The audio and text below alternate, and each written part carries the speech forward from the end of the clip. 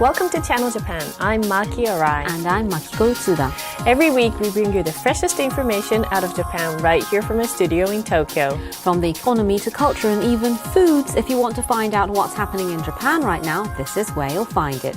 And these are our topics for today. As always, we have some interesting stories to share with you, so make sure you stay with us.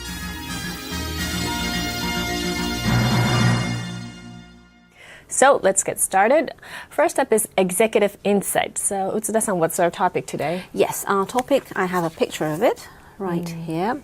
It's a tea ceremony, which is considered a traditional Japanese art form, and I'm impressed to learn that you've been having lessons. Oh yes, I was taking lessons for 3 years. I was practicing tea ceremony, but I guess it's familiar with most Japanese people. And a master boils the water, prepares the tea, and passes it to the guest. That's the thing, but I haven't had lessons, so you're more of an expert. But still, let me give an explanation.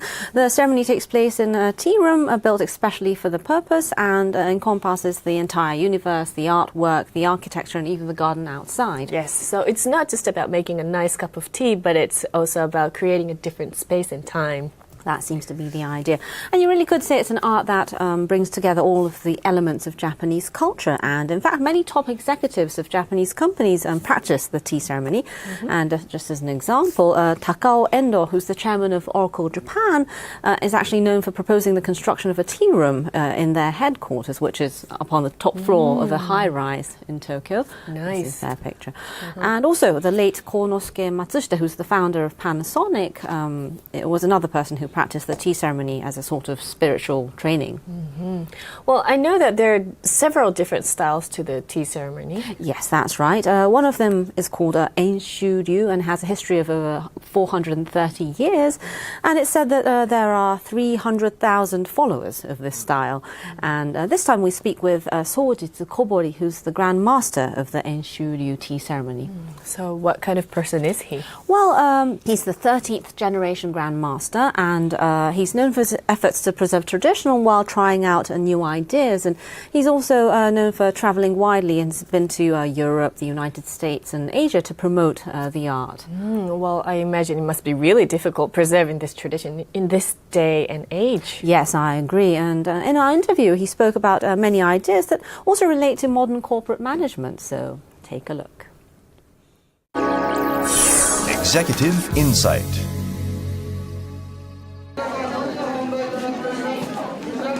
This February, the first screening of a new documentary was held in Tokyo. The theater was standing room only. It featured this man, Sojitsu Kobori, master of the Enshu School of the Tea Ceremony. Hospitality is becoming a key word in Japan. This idea will make the tea ceremony ever more essential. I want to thank all of you for coming here today.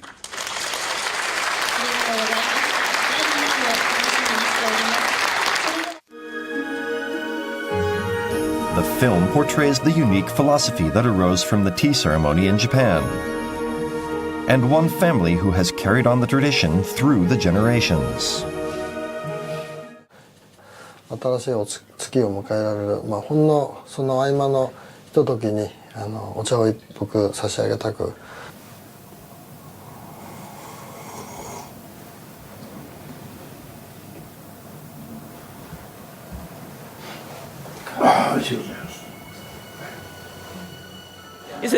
It was wonderful. I'm going to tell my family about it when I get home.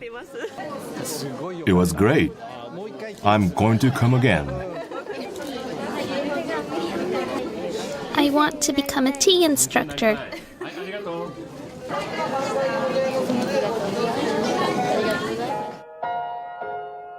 What is the attraction of the centuries-old tea ceremony?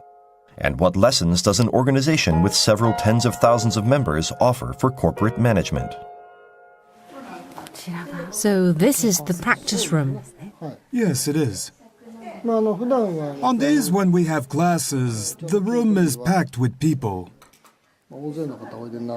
Sometimes we use 2 or 3 rooms to prepare tea, depending on the number of students. Classes such as these are offered nationwide, with a certified instructor teaching students the intricate rules of etiquette. I I think most people have a fragmented understanding of the tea ceremony, such as the style or format. But what do you consider the central aspect of the tea ceremony that has been inherited over the centuries and should be carried forward? To put it simply, the primary objective is to prepare tea for the guest, and the guest to have a sip and say it's delicious.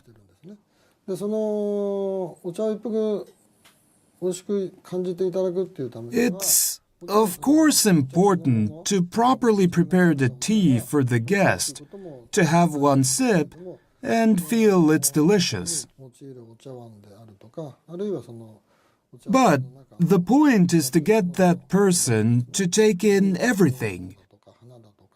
The bowl and the various implements being used, the scroll hanging on the wall, and the flower arrangement. To complement the sip of tea within that atmosphere. In other words, in offering one's knowledge and experience generously to achieve an objective, you can provide the best hospitality to the guest. Helping to create the highest level of hospitality are the room itself, the design of the space, and tools such as the bowl. There is no insistence that they be made in Japan. This pot is Chinese. The tea leaf container is made in Myanmar. I asked the craftsman there to make it for me 5 or 6 years ago. I've become very fond of it. While it is a traditional Japanese art form, the Enshu style adopts various objects outside of Japan, creating a fusion of cultures. We are not particular about using objects and tools from Japan or those that are purely Japanese. In the past, the masters saw things that came from abroad and thought they could also be used in the world of tea. They added in foreign-made items such as lids. They followed the way of tea by introducing various innovations. We also go as far as ordering a specific design. By incorporating such objects, tea becomes more intimate.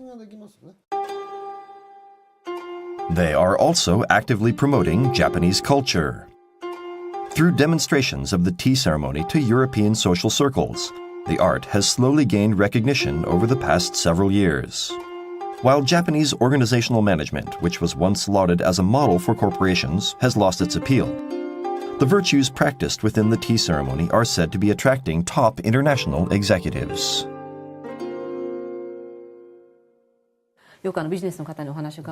Business executives often talk about the need to expand overseas and promote their products or strategies, but they admit that it's extremely difficult to gain acceptance. You deal with so many students and also history and trends. So what's your technique to get people to have a correct understanding of your art? In the tea ceremony, everyone aside from yourself is a customer. It's important to ascertain their thoughts and feelings. Each person has his or her way of thinking. When you feel strongly about something, you get frustrated that others don't understand you, and you try hard to explain to make them understand. But when you are trying to express deep thoughts, it may be too much of a burden for others. This is not to reject deep thinking or say that it's bad. So, in the world of tea, you always keep a subtle distance. If a person comes too close, you pull back.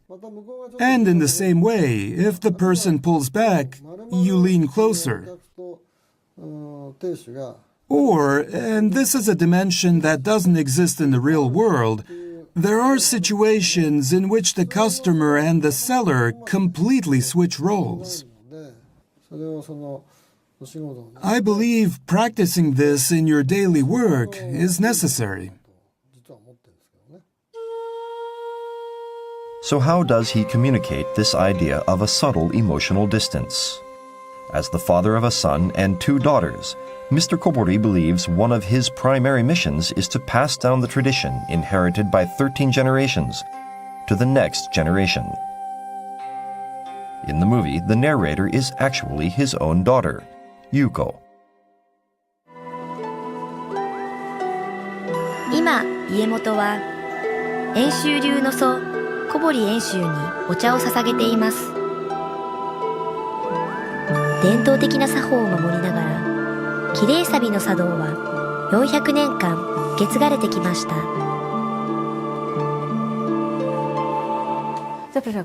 So is the purpose to pass down your ideology to the next generation? Of course. I'm the 13th generation, so a big objective and wish is for my own family to carry on the tradition to the 14th, 15th, and 16th generation and beyond. But the house of a tea ceremony master is a bit different from a family business. In a big sense, we need to continue to provide clues for the Japanese people in figuring out how they should live their lives or how to express themselves in their work. I believe that is our role.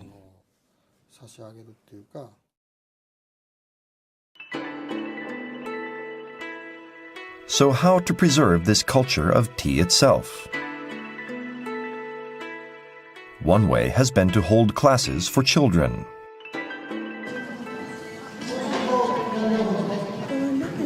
Rather than form, Mr. Kobori has emphasized the importance of the spirit of tea to his young apprentices.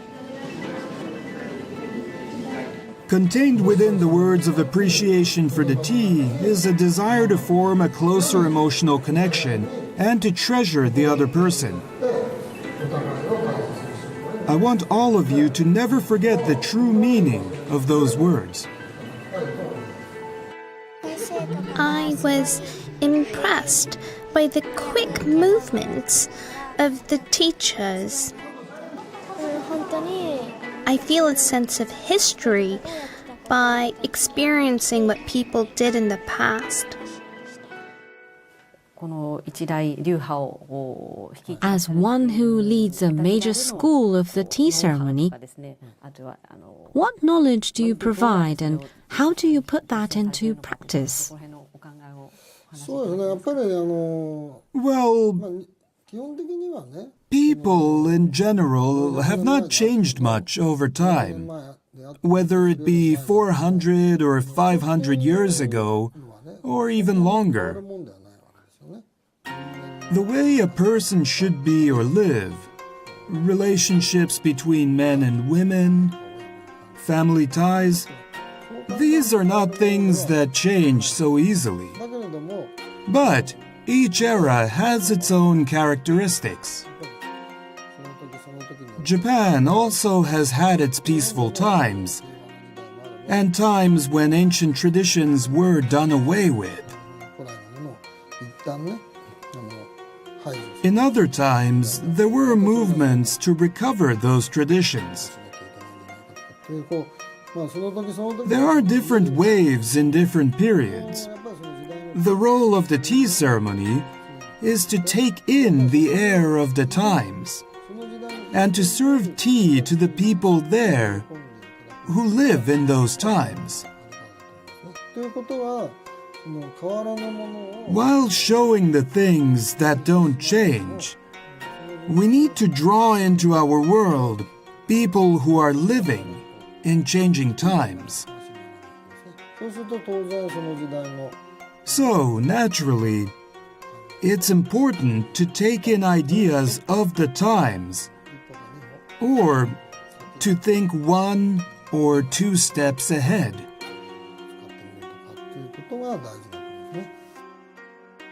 Will the traditional Japanese spirit of hospitality resonate with businesses around the world? The answer may lie in a bowl of tea.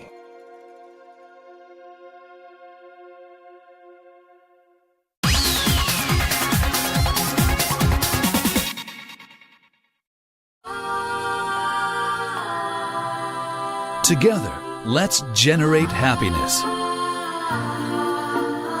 Let's raise the world to new heights. Let's carry our dreams further. At the heart of society, Toshiba Technology. For a growing future, Toshiba. Together, let's create better healthcare. Let's develop a sustainable environment. Let's give children a promising tomorrow. At the heart of society, Toshiba Technology. For a growing future, Toshiba. Welcome to Tokyo Skytree. This is the grand panoramic view from 450 meters. Here you'll experience the unforgettable. Look, enjoy, be amazed, and be awestruck. That's what Tokyo Skytree is all about. Japan's latest landmark, Tokyo Skytree. For Earth for Life, Kubota. One day has finished, and one new day has started on somewhere in the world. Kubota supports every moment somewhere out in the world. By the mechanization of agriculture,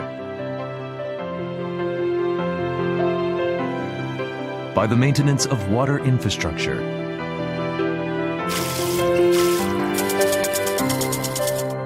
by the latest environmental engineering.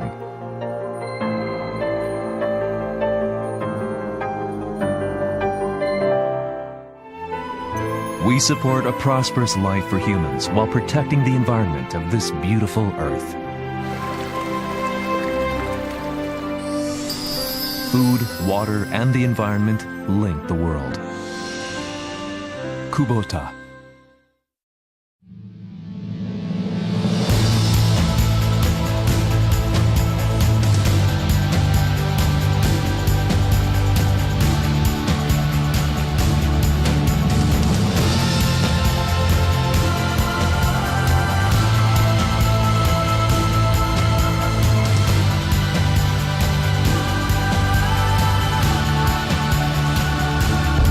Because we believe cities are about people. Mori Building.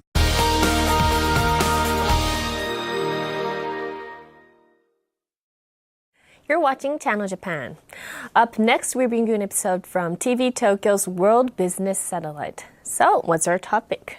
Yes, today we'll be looking at Japanese food. Now, it's a topic that we've covered numerous times, but for today, did you know that Japan is one of the few net food importers in the world? Well, actually, living in Japan, we hear often about how much of the food we eat is imported. We do, don't we? And we have some data over here. It's a graph showing Japan's food self-sufficiency rate measured in calories. And as you can see, looking from 1965, when it was at 73%, it's now less than 40, so it's nearly half of what it used to be. They're quite low now, and also compared to these countries, Japan has the lowest rate. So that does seem to be quite low. It does, doesn't it? At the same time, though, we actually export a large volume of agriculture and fisheries products, and they've gained a reputation internationally of being high in quality.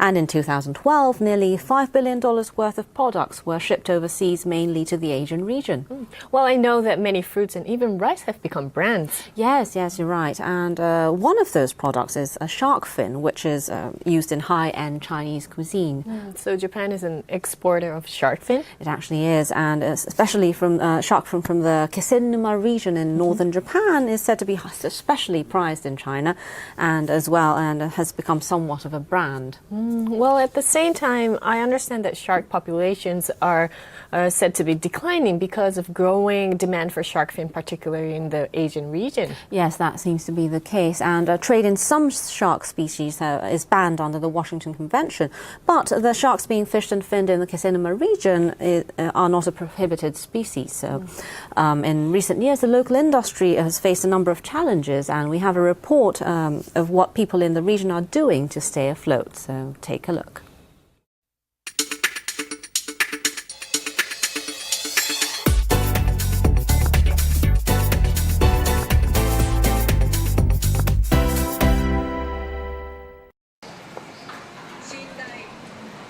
A shark fin restaurant in Yokohama's Chinatown.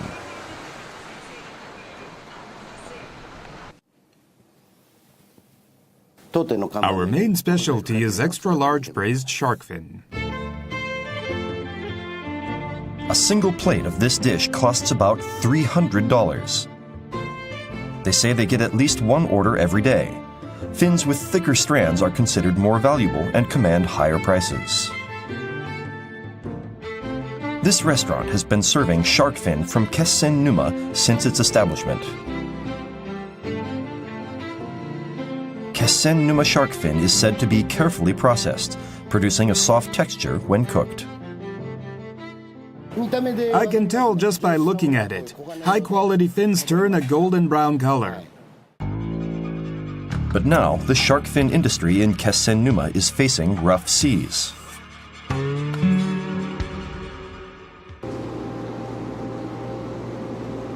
1 a.m., Kisennuma Port in Miyagi Prefecture. Fishing boats have just returned from a one-month expedition. They've started unloading the sharks.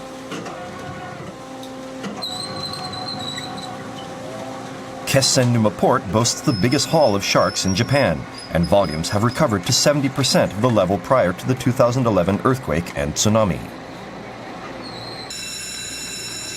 7 a.m., it's auction time. Buyers submit their bids.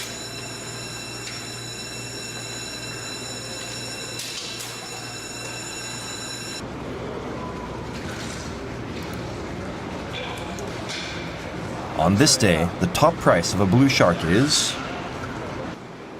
about $1.50, half that before the disaster.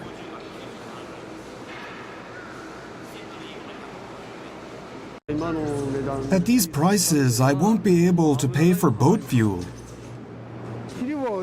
Exports of fins to China aren't growing.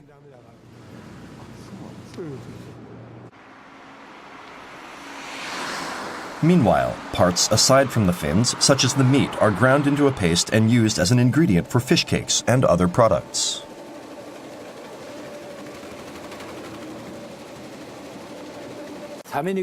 Shark meat gives it a melt-in-your-mouth texture. It's indispensable for that purpose.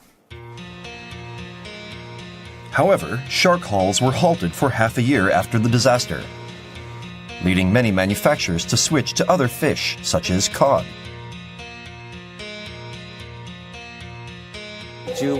We have 15 or 16 products, but for more than half of them, we've been trying to reduce the shark content. Shark fishing, which has been a traditional industry of Kisennuma since the 17th century, is now facing a major crisis. Hoping to do something about this situation is Akira Takahashi. the president of a shark fin processing firm. He is the second-generation owner of a 60-year-old family business. The situation surrounding shark finning and shark fishing was already unpredictable before the disaster. It was a major issue for us.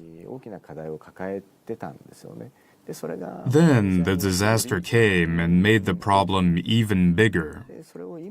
Unless we solve the problem, we won't be able to continue our business. Filled with a sense of crisis, Mr. Takahashi took action, spearheading a certain project.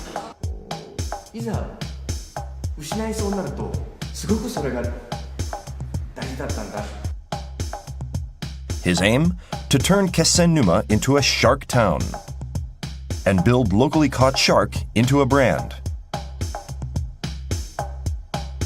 His plan was not only to use shark meat for fish cakes, but also to sell as filet. Attracted to the idea, major food companies and distributors joined in. I want shark meat to put smiles on everybody's faces. For that to happen, we need to get more people to use shark meat. We want to promote shark as something to be cooked, to be served, and to be eaten. Mr. Takahashi has actually been carrying out research for some time to commercialize shark fillet. He says because shark meat is light and mild, it can be cooked into various dishes.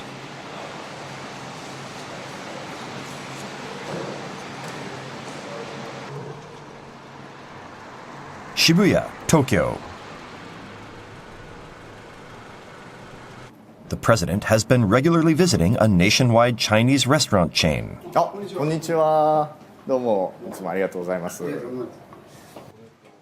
He is working on developing shark meat recipes. Quite a lot of moisture escapes from the meat. I've added salt, but since it's too soft, I've decided to preheat it first and then steam it. The texture is just about right. Let me try. You're right. The meat is breaded and fried in oil.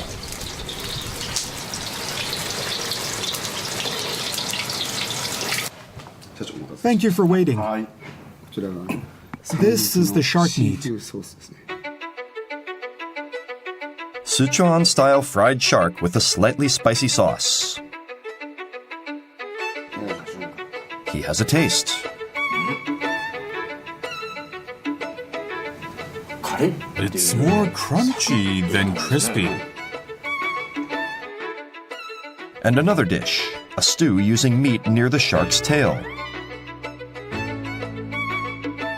It's said to contain a high amount of collagen and has a gelatinous texture. I really want restaurants in Kessen-Numa to try these dishes. The only problem, how to preserve the freshness of the meat.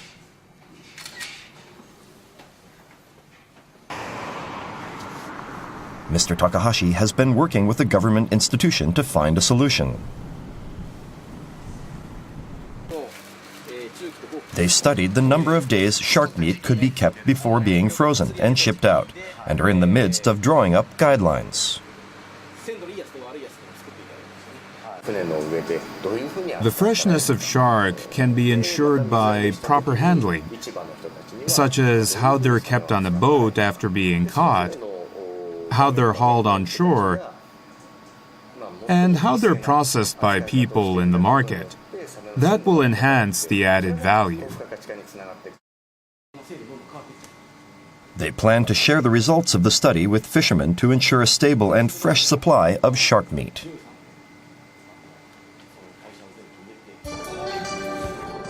This year, Mr. Takahashi plans to build a new processing plant near Kessen-Numa port.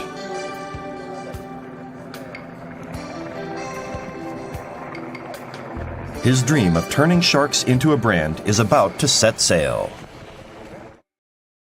interesting. Well, I imagine it must be extremely difficult to position shark fin as the local specialty, especially with the global movement to ban the trade. Yes, the challenges are certainly formidable, so we'll just have to see if and how they can be overcome. And when we return, we explore the industrial heritage of Nikko.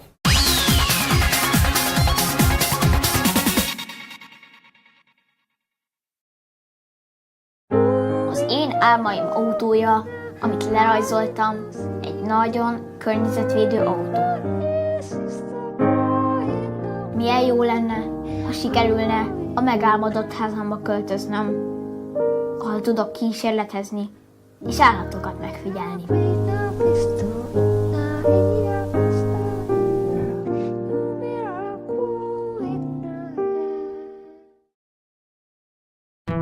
Mitsubishi Electric is helping to change the environment for the better around the world. Green subway systems in India.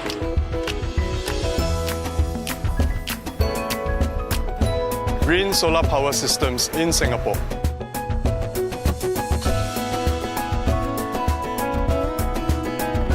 Sistem AC ramah lingkungan di Indonesia.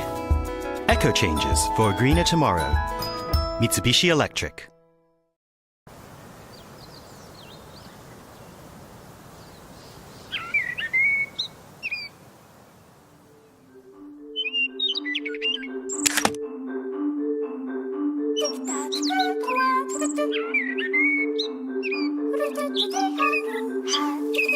Wouldn't it be wonderful if we could do this? We make things like this possible through the power of chemistry. We're the Kaiteki Company, Mitsubishi Chemical Holdings.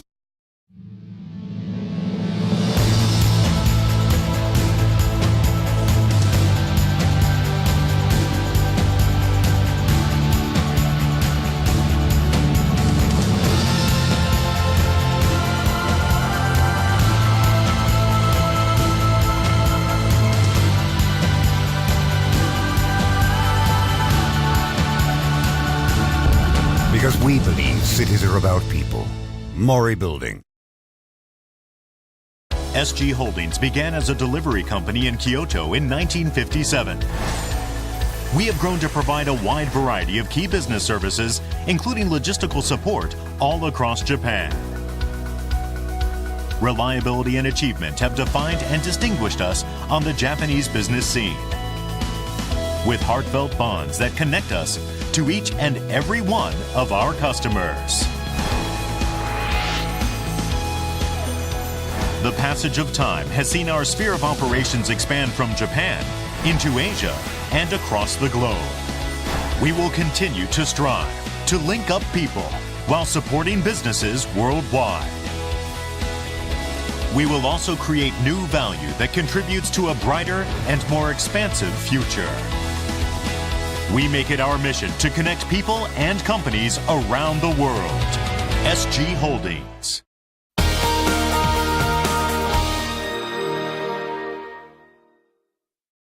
You're watching Channel Japan. Next, we bring you an episode from Industrial Heritage. Yes, now this time we put the spotlight on Nikko, and I have a map over here. Nikko is about 130 kilometers up north from Tokyo, and it's a place where you can enjoy visiting historical sites as well as the great outdoors. Yes, I remember going there on a school trip in elementary school. It's very popular among Japanese people, and it's only 2 hours by car from Tokyo. Exactly, it's very convenient. And Nikko is actually also home to the oldest Western-style hotel in Japan, so take a look. Since 2000, a slew of high-end foreign-owned hotel chains have entered the Japanese market. With massive land redevelopment projects being carried out in Tokyo, there are now over 20 new hotels in the capital alone. Long-established Japanese chains are also staging a comeback. 2 nationwide hotel operators have teamed up to improve service efficiency. This fierce battle across the industry is attracting wide attention.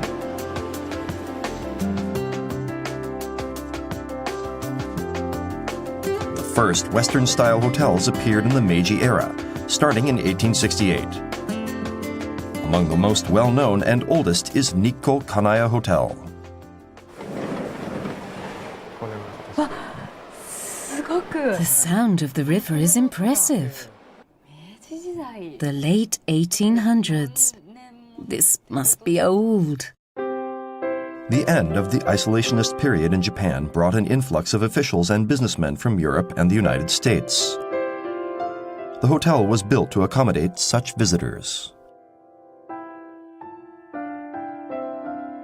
Nikko Kanaya Hotel always stayed a step ahead of the times by continuously introducing the latest innovations in service. In this way, the hotel played a key role in turning the outlying region of Nikko into the crossroads of cultures.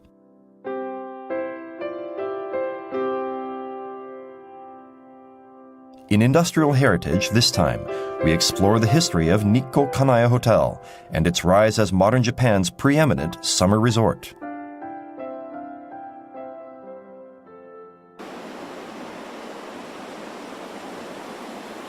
Nikko, Tochigi Prefecture, is about 2 hours by car from central Tokyo.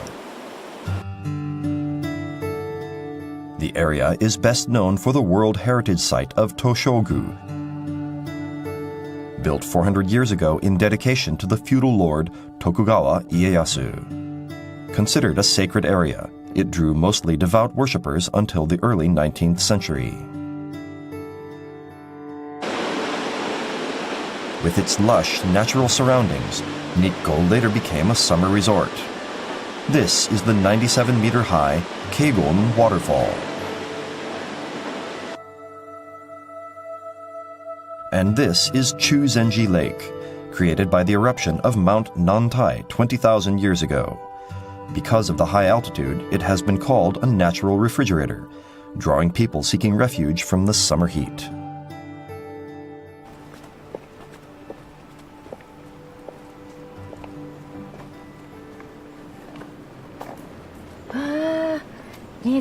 I see it. The design is very attractive.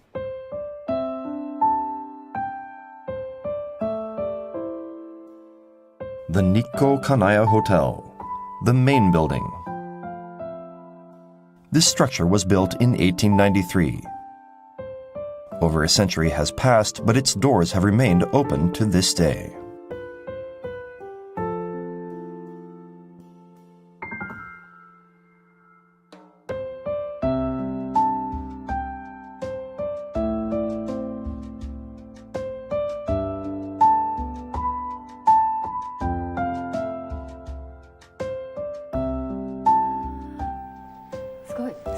Wow, from the outside it has a European feel, but inside it's more like a temple.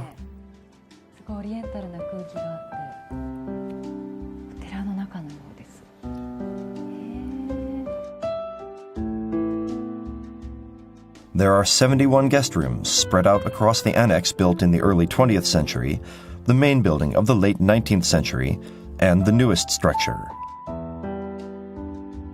Showing us around is the deputy manager, Yoshiyuki Jigami. This was built in 1901. The floor and also these lamps are originals from that era and are still being used today. I was curious about the lamps. They're very interesting.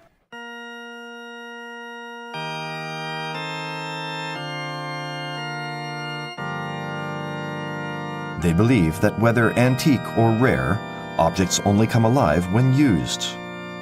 Lamps such as these continue to illuminate the interior with the glow of the 19th century.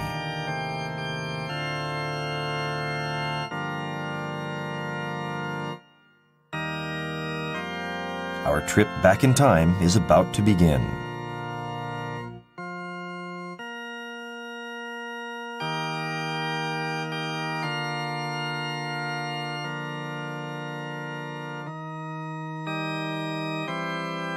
Since many foreign visitors stayed for extended periods, the windows of the rooms were made wide without obstruction. From the big single-pane windows, guests have the luxury of enjoying the scenery of the four seasons. .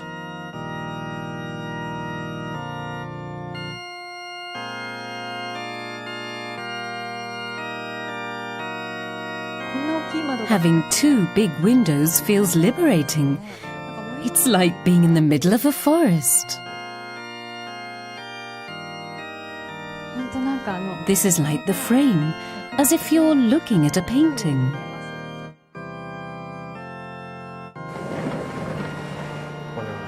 Wow! The sound of the river is impressive. It makes the room feel cool. Below the window, the fresh waters of Chuzenji Lake are carried by the Daya River.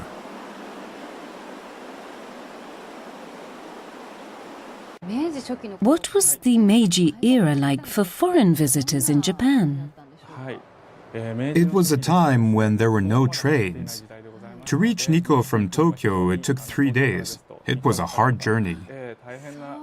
Is that so? The Meiji era began after the arrival of Commodore Matthew Perry, who pushed the ruling Tokugawa government to open up the country after a long period of isolation. Reluctantly bowing to foreign pressure, Japan opened up 5 ports, including Hakodate and Yokohama. The first to arrive after the opening were officials from the West. Then came numerous businessmen eyeing opportunities in the newly opened Japanese market.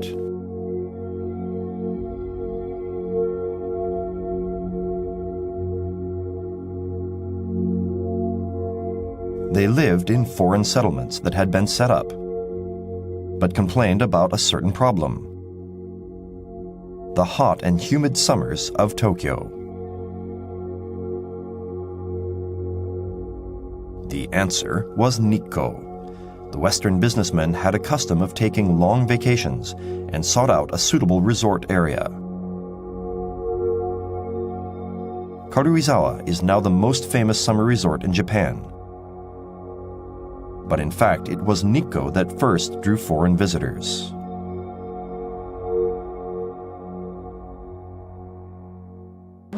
Until then, Japanese people had no concept of a summer resort. Vacation resorts were quite established abroad. I think people from overseas led the way in terms of this concept.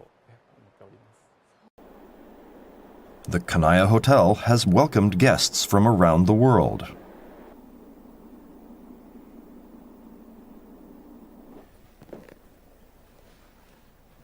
For example, Is this Helen Keller? Yes, it is. Did Helen Keller stay here in room 105? Yes. In 1937? Yes. She stayed for 2 nights in July 1937. Who else? Albert Einstein.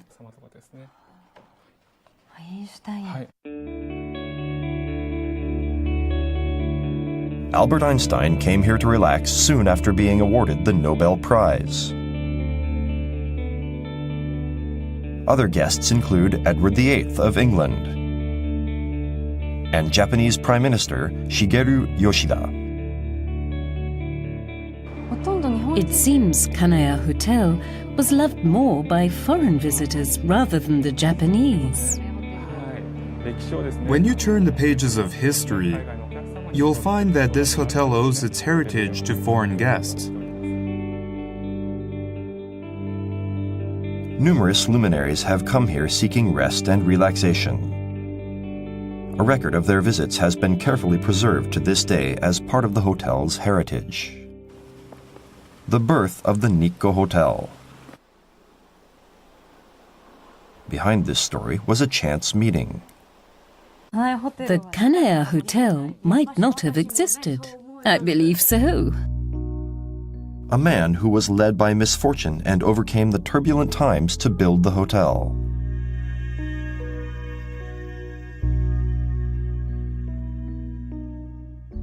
It all started from one house, the Kanaya Cottage Inn, also called the Samurai House.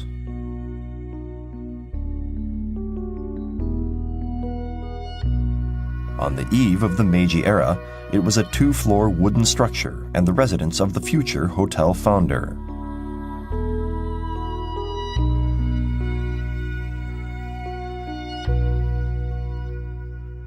So how exactly did the Kanaya Hotel, the meeting place of foreign visitors, get its start?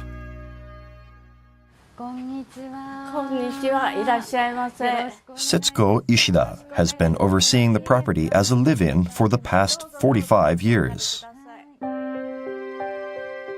The founder of the Nikko Kanaya Hotel, Zenichiro Kanaya, was born in Nikko in 1852. For generations, members of the Kanaya family had been performers of ancient court music at the Nikko Toshogu Shrine.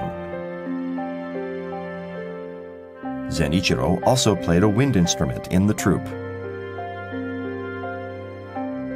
But his life was rocked by the sudden changes of the times. With the fall of the shogunate, he no longer had an income and struggled to make a living. The year was 1870. It was right about the time when foreign visitors began arriving in Nikko to escape the summer heat. Zenichiro had a fateful encounter. It was an age when inns in Nikko turned away foreigners.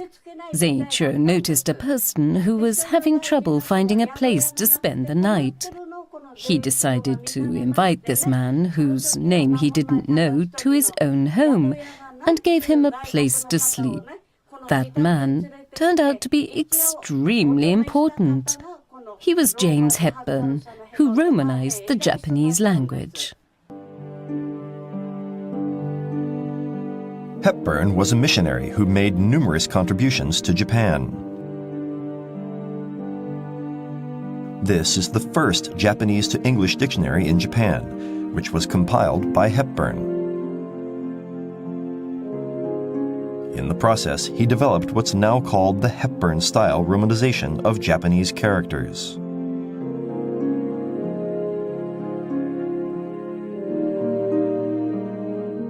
Hepburn lived with his wife in Yokohama, where they taught English at their home. From the Hepburn School emerged major figures such as Prime Minister Korekiyo Takahashi, Foreign Minister Tadasu Hayashi, and the first president of the Mitsui Trading House, Takashi Masuda. Deeply impressed by Zenichiro's kindness, Hepburn offered this advice. He said a lot of foreign people would continue coming to Nikko. So he suggested that the Kanaya family set up a Western-style hotel that could accommodate them. If Hepburn hadn't come to Nikko, there may not have been a Kanaya hotel. I agree. In this way, Zenichiro named his home the Kanaya Cottage Inn and began business. His eldest son, Shinichi, describes that time in his memoirs.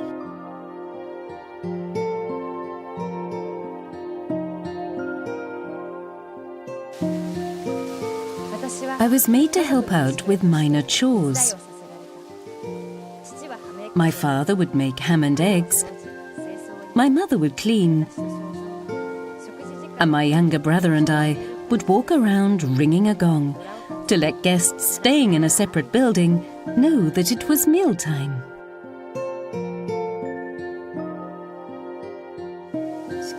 But as was the custom in this secluded area, the people were not happy about the prosperity that the Kanaya family brought through their daily work. There was a sense of jealousy. The founder's great-granddaughter, Makiko Inoue, explains the situation at the time. Japanese people all have black hair and black eyes, so I think the locals were naturally surprised by the arrival of those with brown hair or blue eyes. When the foreign guests were eating, the locals would spread manure on the roads. It was kind of like harassment. We had to endure that. Setsuko Ishida worked at the hotel together with her late husband.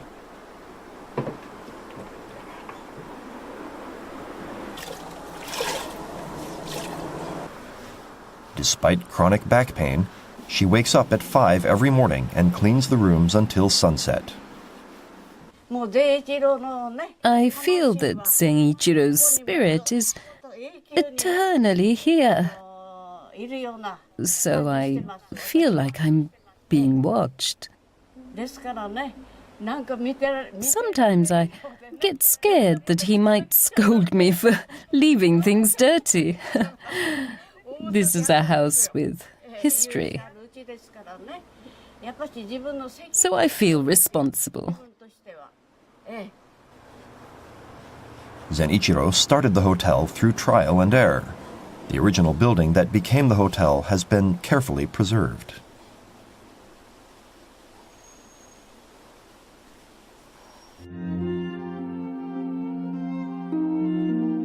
When evening falls, a signature event of the Kanaya Hotel is held in the dining hall of the main building.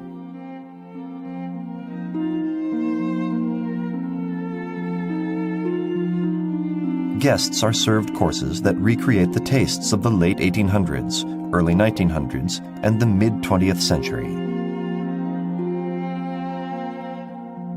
This classic course includes 9 dishes, including a potage soup, an appetizer of caviar, and a main dish of meat or fish.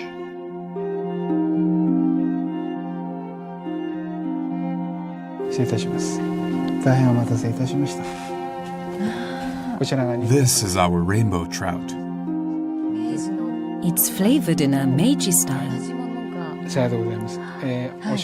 We used soy sauce, sugar, fish stock, and Japanese sake to remove the strong odor.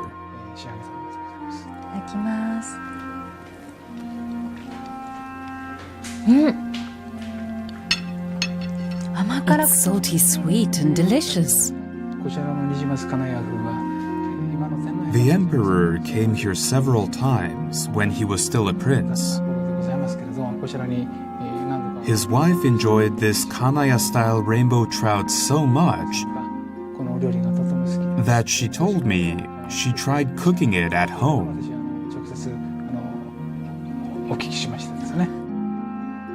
And this is a curry rice dish based on a 100-year-old recipe.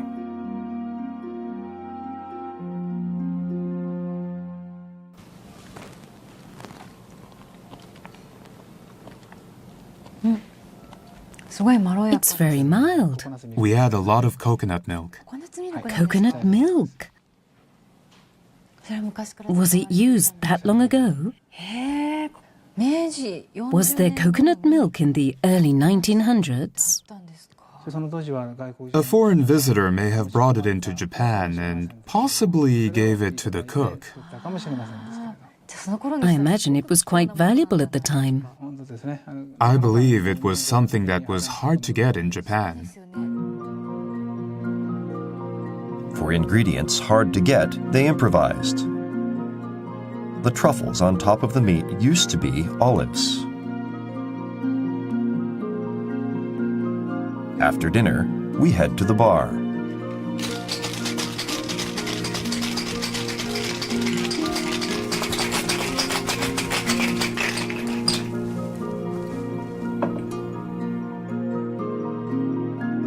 They allowed us to use a drink glass brought out only on special occasions.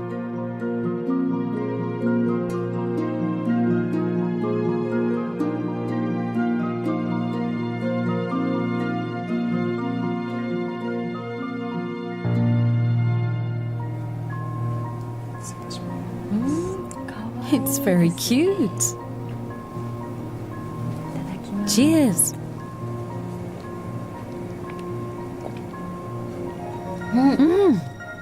Tomato. Tomato. It's very refreshing. The glass is beautiful too. This is baccarat from the late 1800s. I wonder just how old it is.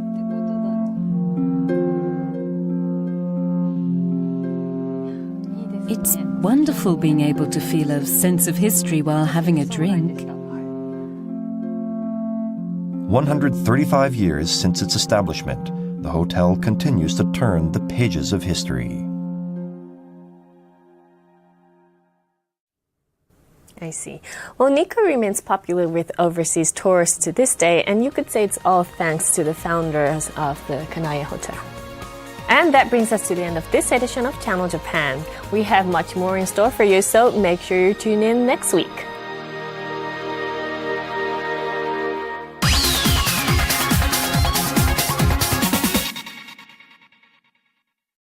Sou uma pessoa comum.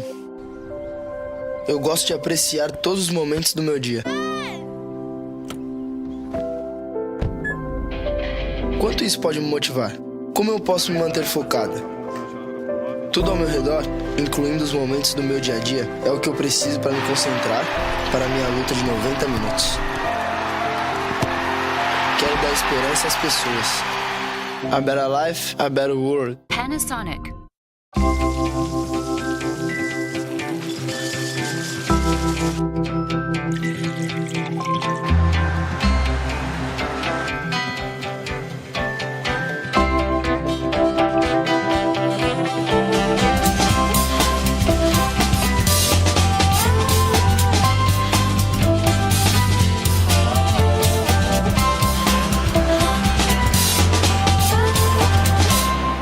Mitsui & Company. Hey, look at this. They're building a huge steel plant with Kobelco technology. Kobelco? Never heard of it. It's Japanese. They can make iron with incredible speed. What once took 8 hours can be done in just 10 minutes. Wow, the Japanese are incredible. The country of karate. Ha! Ha! Ha! Ha! Ha! Ha! Karate has nothing to do with it. True. The talk of the world. Kobelco. Trading card games transcend generations as well as borders. Trading card games will unite the world. However, the possibilities do not simply end there. Trading card games combine the different forms of entertainment, and fun will link the world as one. Bushiroad. Traditional. Consistent. Precise. Speedy. Professional. Innovative. Polite. Quality from Japan. The best of business in Asia. SMBC. Sumitomo Mitsui Banking Corporation.